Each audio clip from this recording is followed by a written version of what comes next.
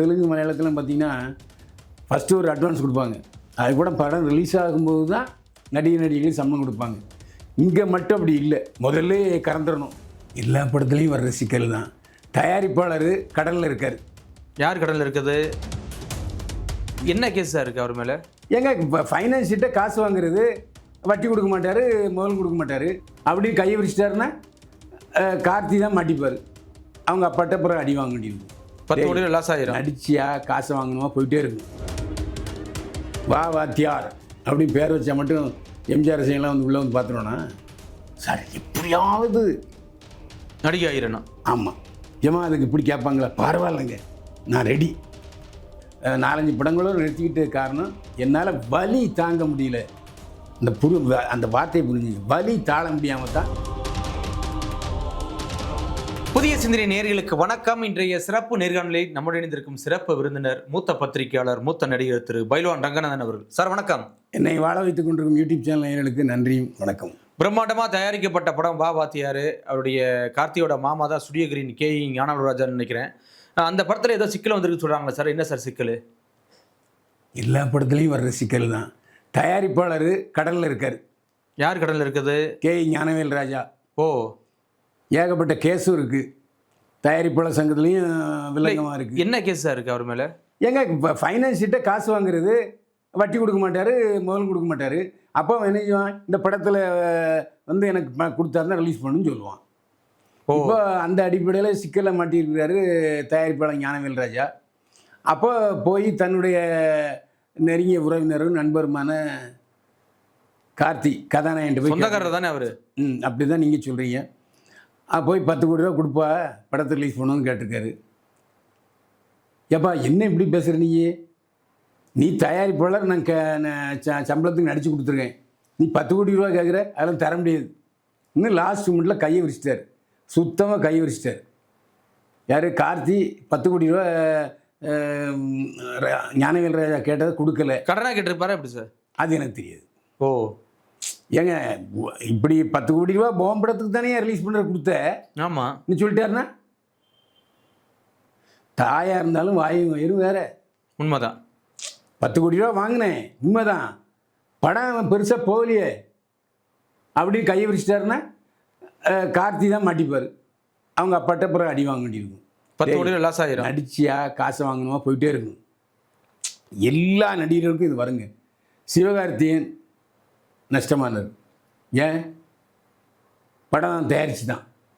அப்போது இது வரைக்கும் அவங்க தயாரிக்காமல் இருக்காங்க. சூர்யா மட்டும் 2D இன்டர்நேஷ்னல் படம் நடித்தார். அதுவும் இப்போ கிட்டத்தட்ட 3 ஸ்டேஜில் வந்துடுச்சு. நல்லா தானே சார் வருமானம் வந்துச்சு. நான் அவர் எடுத்த படம் நல்லா போயிருக்கு சார். ஏங்க வெளியில் தெரியுங்க உங்கள் கண்ணுக்கு, அவங்களுக்கு தெரிய வேண்டாமா? காசு கை காசு போயிடுச்சு, அதனால தான் மூடிட்டாங்க. அதாவது சூர்யா உடைய தயாரிப்பு நிறுவனம் மூடப்பட்டு விட்டது. கார்த்தி தயாரிப்பு நிறுவனம் தொடங்கவே இல்லை. இப்போ நடித்து கொடுத்துட்டு இருந்தார். அவர் படங்கள் ரிலீஸ் ஆகலை. பொதுவாக அது ஆரம்ப காலத்தில் பார்த்திங்கன்னா அந்த கடனை ஏற்றுப்பாங்க.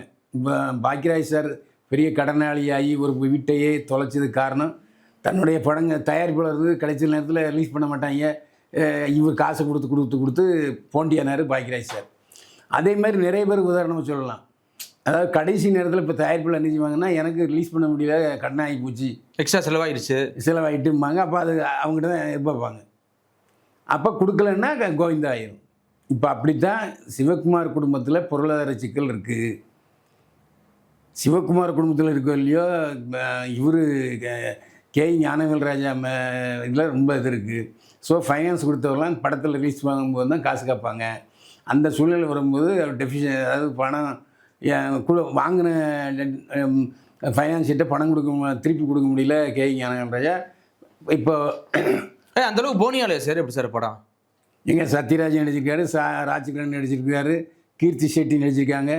அப்புறம் மிகப்பெரிய பட்டாளம் தான் நடிச்சிருக்காங்க. நலன் குமாரசாமி கதை, திரைக்கதை, வசனம், சந்தோஷ் நாராயண இசை.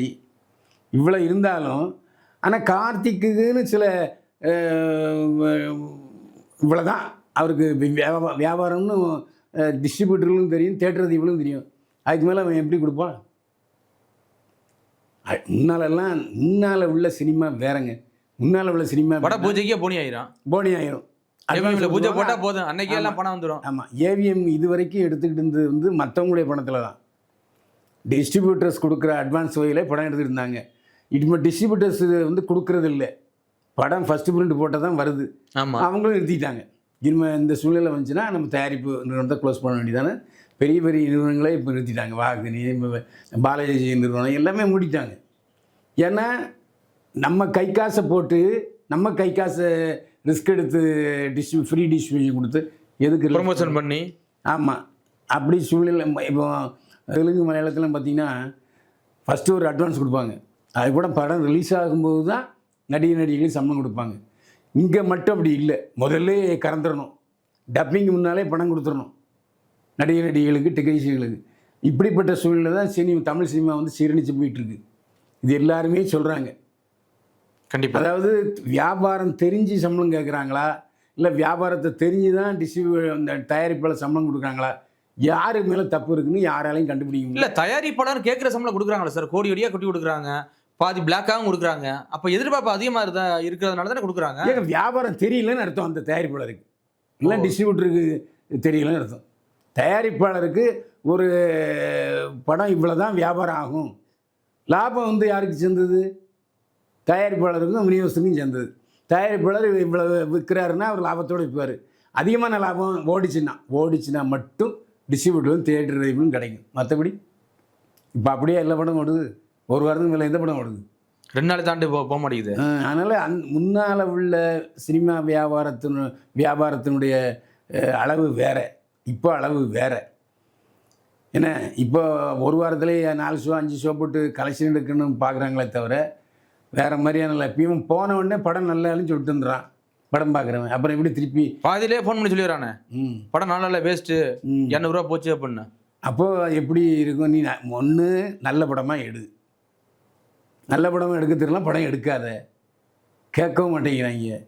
புதுசாக யாரோ வர்றாங்க, எடுத்துகிட்டு போகிறாங்க. கார்பரேட் கம்பெனி கிட்டத்தட்ட ஒரு 10 கார்பரேட் கம்பெனி ஒழிஞ்சுது, படம் எடுத்து நாசமாக போயிட்டாங்க. கார்பரேட் கம்பெனியை வந்து பெருசாக எல்லாம் இதாகும்னு பார்த்தாங்க. கார்பரேட் கம்பெனி எல்லாம் மூடிட்டு போக சூழ்நிலை தான் வந்துச்சு. இவரோட சுற்றுறது நின்றுச்சு. அந்த மாதிரி இப்போ இந்த சூழ்நிலை காரணமும் கார்த்திக்கு தெரியும் இந்த 10 கோடி ரூபா கொடுத்தா திரும்பி வராதுன்னு தெரிஞ்சு திரும்பி வராதுன்னு தெரிஞ்ச பிறகு கொடுக்கணும். படம் ரிலீஸ் ஆகுது, உனக்கும் இஷ்டம், நான் நடிச்சு கொடுத்துட்டேன், அவ்வளோதான். வயிற்று வலி எனக்கு இல்லை, உனக்கு தான், அவ்வளோதான். நான் அந்த படம்லாம் அடுத்த படம் நடிச்சுட்டு போயிட்டே இருப்பேன். ஆனால் அதே சமயத்தில் ப்ரொமோஷன்லாம் பிரமாதமாக இருந்துச்சு. எம்ஜிஆர் மாதிரி நடிச்சிருக்காரு. அதாவது சத்யராஜ் வந்து எம்ஜிஆர் கொடுத்த கரலாக்கட்டையை நான் வந்து ஆனந்தராஜ் கேட்டார், ஆனந்தராஜ்கிட்ட கொடுத்துட்டேன். ஆனந்தராஜ் இந்த படத்தில் வச்சுக்க. ஆனந்தராஜ் வேறு அது சினிமாவில் மறக்க முடியாத ஒரே நபர் எம்ஜிஆர் தான். இல்லை வானலாக போழ்ந்தாங்க. ஆமாம், படம் இருக்கணும், நல்லா இருக்கணும்ல. வா வாத்தியார் அப்படின்னு பேர் வச்சா மட்டும் எம்ஜிஆர் ரசிகன்லாம் வந்து உள்ளே வந்து பார்த்துருவோண்ணா? கண்டிப்பாக. ஆனால் கதை நல்லா இருந்தால் எம்ஜிஆர் ரசிகனும் பார்ப்பான், சிவாஜி ரசிகனும் பார்ப்பான், ரஜினி ரசிகனும் பார்ப்பான். கதை நல்லா இல்லைன்னா, கதை நல்லா இல்லைங்கிறத நான் உறுதியாக சொல்லலை, படம் வந்தப்போ தான் தெரியும், அதுக்கு சொல்ல வர்றேன். கண்டிப்பாக சார். இது ஒரு பக்கம் இருக்க, ஒரு நடிகை வந்து யாமினின்னு நினைக்கிறேன், அவங்க வந்து இப்போ ஒரு சமீபத்தில் ஒரு சீரியல் நடிகை இறப்புக்கு ஒரு குரல் கொடுத்துருக்காங்க. எப்படி சார் நீங்கள் பார்க்குறீங்க? இல்லை, எல்லா நடிகைகளும் புலம்பல்ங்கிறது சகஜம். சினிமாவில் அட்ஜஸ்ட்மெண்ட் இஸ் ஏ கம்பல்சரி அப்படின்னு தயாரிப்பாளர் சங்க தலைவரே சொல்லிட்டார். அன்பு செல்வன் ஒருத்தர் சொல்லிட்டார். சின்ன பட தயாரிப்பாளர் சங்கத்தில் அன்பு என்ன சொன்னார்? ஆமாம், படம் எடுக்கிறவன் அட்ஜஸ்ட்மெண்ட் கேட்பான், கேட்கலன்னு நடிக்க வராத, போ வேறு தொழில் போ அப்படின்னு சொல்கிறாரு. அது இந்த தமிழ் சினிமாவில் யாரும் கண்டுக்கிறது இல்லை, கண்டனம் தெரிவிக்கலை, ஒன்றும் அதை கண்டுக்காமல் விட்டாங்க. பொதுவாகவே நடிகைகள் அதை நடிக்க வர்றவங்க ஆர்வக்குள்ளார உள்ளவங்க என்ன சொல்கிறாங்க தெரியுமா? சார் எப்படியாவது நடிகை ஆயிரணும். ஆமாம், ஏமா அதுக்கு இப்படி கேட்பாங்களா? பரவாயில்லைங்க, நான் ரெடி. இப்படி சொல்கிற பெண்களை வச்சுக்கிட்டு நீங்கள் யாரை குறை சொல்லுவீங்க? இப்போ இதே யாமினின்னு என்ன சொல்லுது? நான் வந்து சினிமாவில் எல்லாரையும் சொல்லலை, ஆனால் வக்கரமானவங்க இருக்கிறாங்க, இப்படி நடிக்கிற பற்றியோடு இருக்காங்க. நடிகைகள் சொன்னால் எல்லாத்தையும் திறந்து காமிப்பாங்க, எல்லாத்துக்கும் உடன்படுவாங்க அப்படின்னு சொல்கிறாங்க. ஆண்கள் மட்டும் இல்லை, பெண்களும் இந்த மாதிரி தான் இருக்காங்க. இந்த மாதிரினா அப்படி சார் புரோக்கரில் பார்க்குறாங்களா? ஆமாம், வேற என்ன? அதாவது அவள் வந்து வயசாகிருக்கும், இவன் வந்து கேட்பான் டிஸ்ட்ரிபியூட்டரோ ஃபைனான்சியரோ, போம்மா அப்போ தான் தொடர்ந்து இப்போ ஷூட்டிங் நடக்குன்னு சொன்னால் என்ன செய்வாங்க? அவங்களும் அப்படி தான் வந்திருப்பாங்களா?